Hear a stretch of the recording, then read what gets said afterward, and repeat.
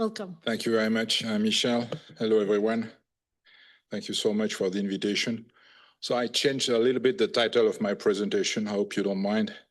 I will talk about cardiac output monitoring with E.S.A.I.C. I thought it would be more appropriate for this event.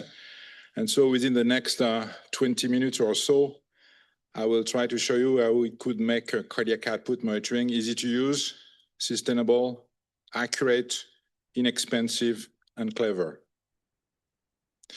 But before I start, let me disclose the fact I'm today leading a consulting company based in Switzerland. We do not sell any medical devices, but we partner, of course, with many players in the field, including E.S.A.I.C. I want to thank for organizing this event. Let me start with a quote. Intervention should be made based on the root cause of hemodynamic instability. I suspect most of you agree with this statement. It's common sense and one of the recommendations of the Anesthesia Patient Safety Foundation, published a couple of years ago. More recently, we had this statement published by the European Society, E.S.A.I.C. They recommend that treatment of hypertension be based on underlying causes, including vasodilation, hypovolemia, bradycardia, and cardiac dysfunction. So we monitor heart rate in all surgical patients, so detecting bradycardia is not a big deal. But very often, it's actually very challenging to discriminate between vasodilation, hypovolemia, and cardiac dysfunction. Interestingly, as soon as you monitor cardiac output, everything becomes clear, because when you have a low blood pressure with a preserved blood flow, by definition, it's related to vasodilation. In contrast, if you have a low blood pressure and a low blood flow, it's very often related to hypovolemia, but it could also be explained by cardiac dysfunction. So if you want to discriminate between these two scenarios, you can either use a pulse pressure variation, pending all conditions are met to interpret PPV values, or you can simply quantify changes in cardiac output during a fluid bolus or during a passive leg raise maneuver if you are in the ICU. And then you can easily identify fluid responder patients, the hypovolemic scenario, and patients in whom the blood pressure is low, the blood flow is low, and who do not respond to fluid administration by a significant increase in cardiac output. And then, of course, you have to suspect cardiac dysfunction. So you see, monitoring cardiac output is useful to understand the underlying mechanism of hypertension and treat patient accordingly. And so to ensure less clinicians fly blind when managing blood pressure during the perioperative period, the European Society suggested monitoring cardiac output at least in patients with high baseline risk for complications or in patients having high-risk surgery. But we know, and it has already been mentioned by Michel and by Stefan, that cardiac output monitoring is underused in high-risk surgical patients. We know that from surveys and observational studies. This is an observational study from France. 23 university hospitals, only 10% of patients at high risk of postoperative complication had their cardiac output monitored during the procedure. And this is not a French specificity, because if you look at European data, and this one was done with the ESA.I.C data set, that is to say data from 28 European nations, same proportion, same very low proportion, only 10% of patients having major surgery at their cardiac output monitored. So clearly there is a gap between existing guidelines from the European Society and reality, because only 1 in 10 of these patients have their cardiac output effectively monitored. So that's pretty concerning.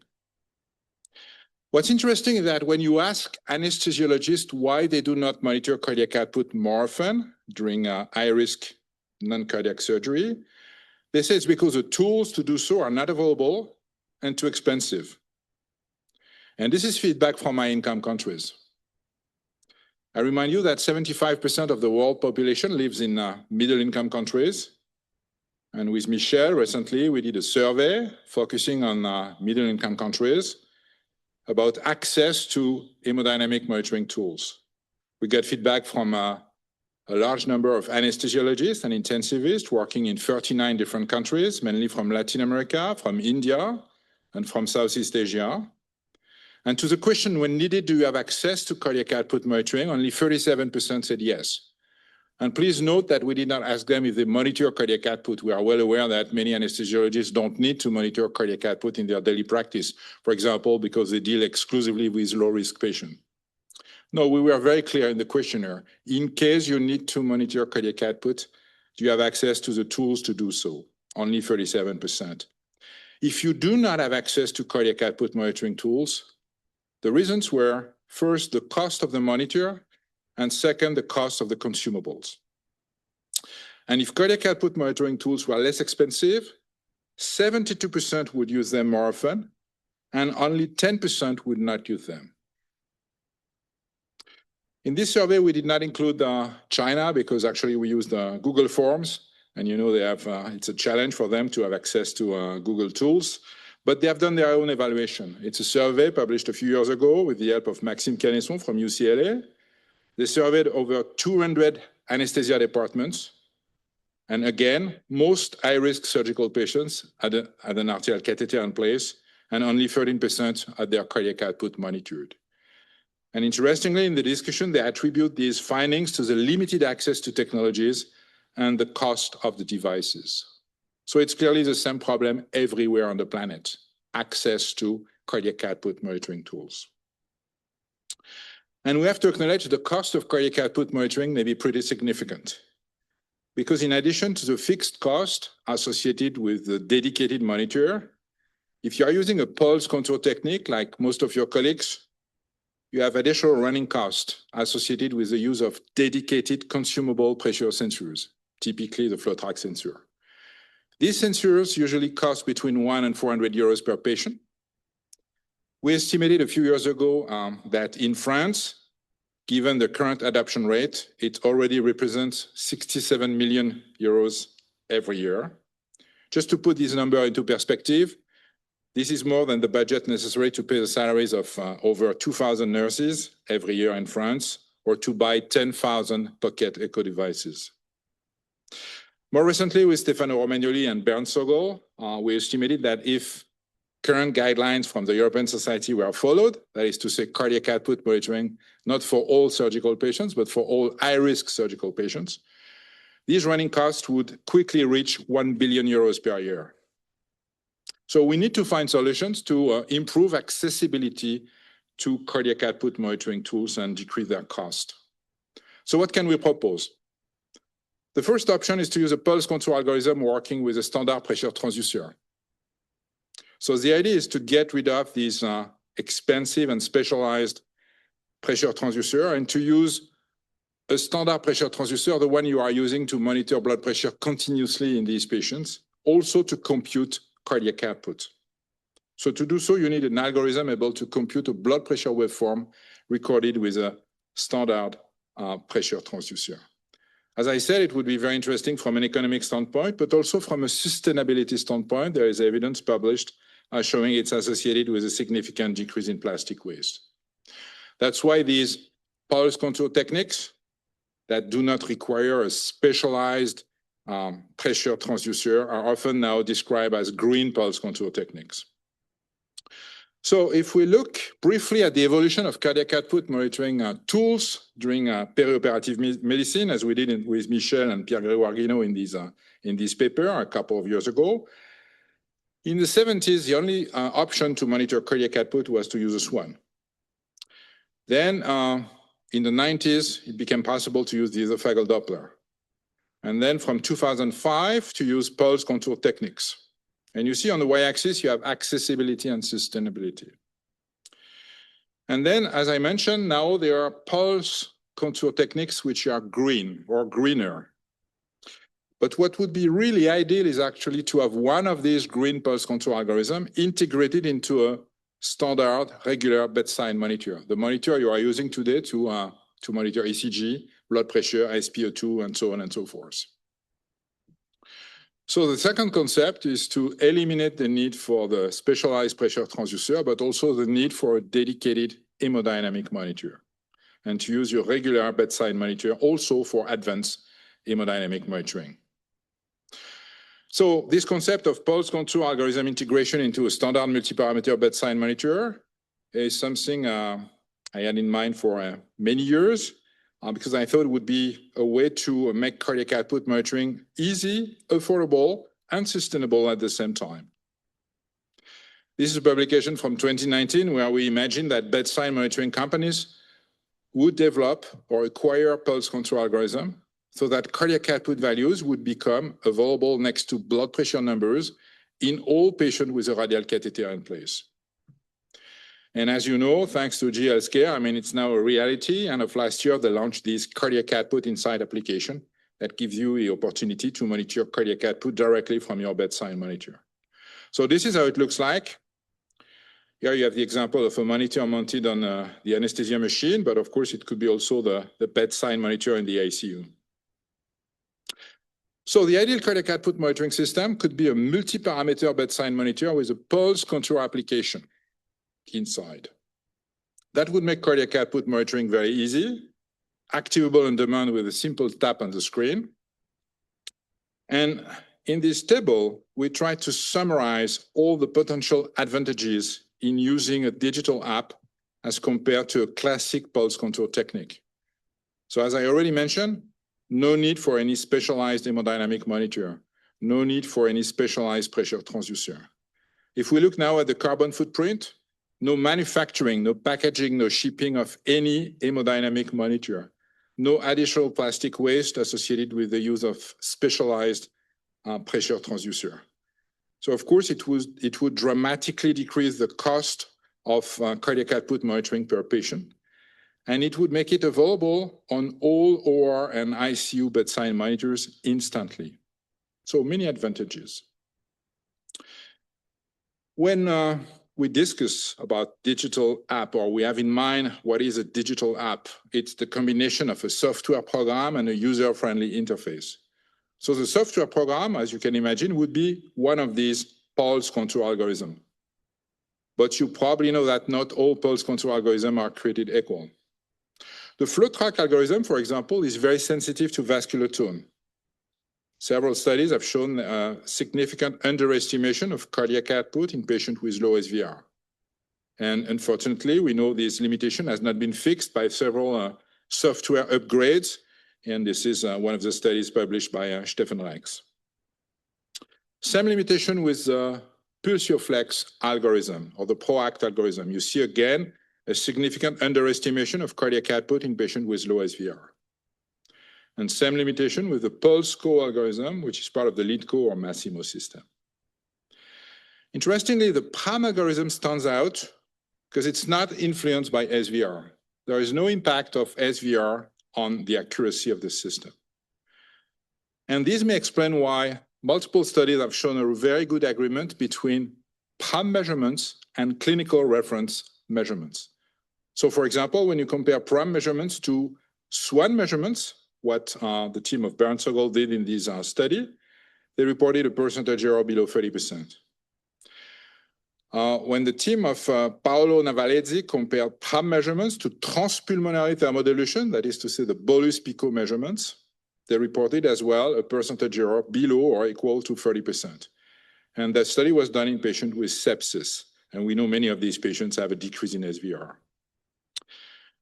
A good agreement has been reported as well between PRAM measurements and echocardiographic measurements. This is a pretty large study led by the team of Didier Payen, 15 ICUs, 400 patients, pretty broad range of cardiac output values. Again, a percentage error below 30%, including in patients with sepsis. Let me remind you that when we compare continuous SWAN measurements to intermittent bolus SWAN measurements, we don't get the exact same numbers.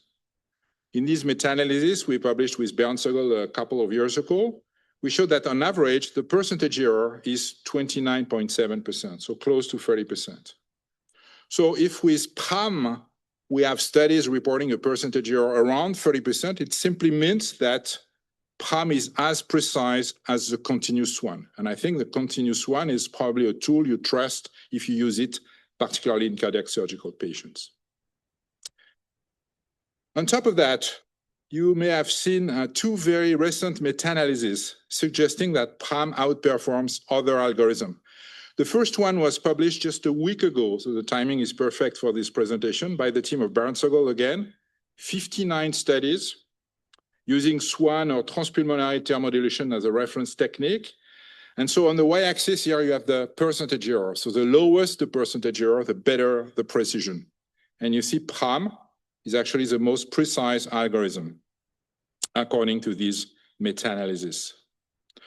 Actually, they were unfair with FlowTrack because FlowTrack, there are different generation software, and they pooled all studies, including studies done with the first generation soft. So I looked at the data, selected only the last generation, and the results are not very different. Another meta-analysis published a couple of months ago focused on the trending ability. That is to say, the ability to track changes in cardiac output. That's what Stefan mentioned. He said, I'm more interested in quantifying changes in cardiac output than in absolute values. And you see again that when focusing on training ability, PRAM is obviously the best algorithm. So just to say, the ideal cardiac output monitoring system could well be a multi-parameter bedside monitor with PRAM inside. I mentioned a digital app is a combination between a software program and a user interface. And with regard to hemodynamic monitoring, it would be interesting to have tools for hemodynamic profiling at a glance. You probably know that we can use simple visual tricks to turn hemodynamic data into information and into knowledge. And here is the example of a concept screen where you can visualize the four main phenotypes or profiles associated with hypertension. You recognize vasodilation with a decrease in SVR, bradycardia with a decrease in heart rate, hypovolemia, and cardiac dysfunction with a decrease in stroke volume index. So for each phenotype, we have a visual signature. So with cardiac output insight, you have this kind of visual. The map is at the core. And in case of hypertension, you can visualize the two determinants of mean arterial pressure and identify situations like this example, where obviously it's related to vasodilation, or this other example where hypertension is related to a decrease in blood flow. And when it's related to a decrease in blood flow, you can discriminate between a decrease in blood flow explained by bradycardia or by a decrease in stroke volume index. So again, we have a visual signature for each hemodynamic phenotype, enabling hemodynamic profiling at a glance, just looking at the screen. The user-friendly interface often comes with customization options. So we could, for example, add processed EEG monitoring to the picture. Why? Because you know, like me, that there is an increasing number of studies showing a reduction of vasopressures when using processed EEG monitoring. This is one example. Another one, where processed EEG guided general anesthesia reduced the amount of norepinephrine by about a third.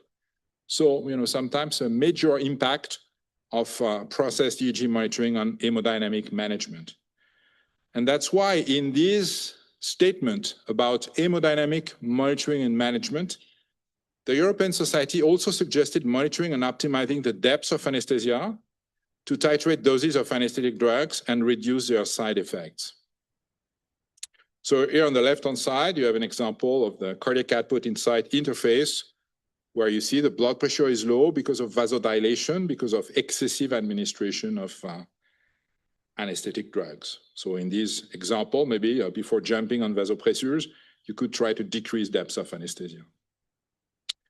What else could we put on the new solution? We could add a visual tool to quantify the time spent in and outside the mean arterial pressure target, because we all know there is an association between the duration of hypertension and postoperative morbidity and mortality.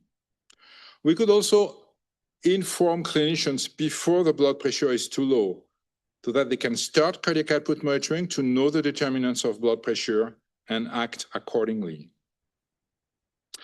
In summary, a pulse control algorithm integrated into a standard multi-parameter monitor, displaying a visual decision support tool, has potential to make cardiac output monitoring easy to use in all high-risk surgical patients, because most of them have a radial catheter or femoral catheter in place.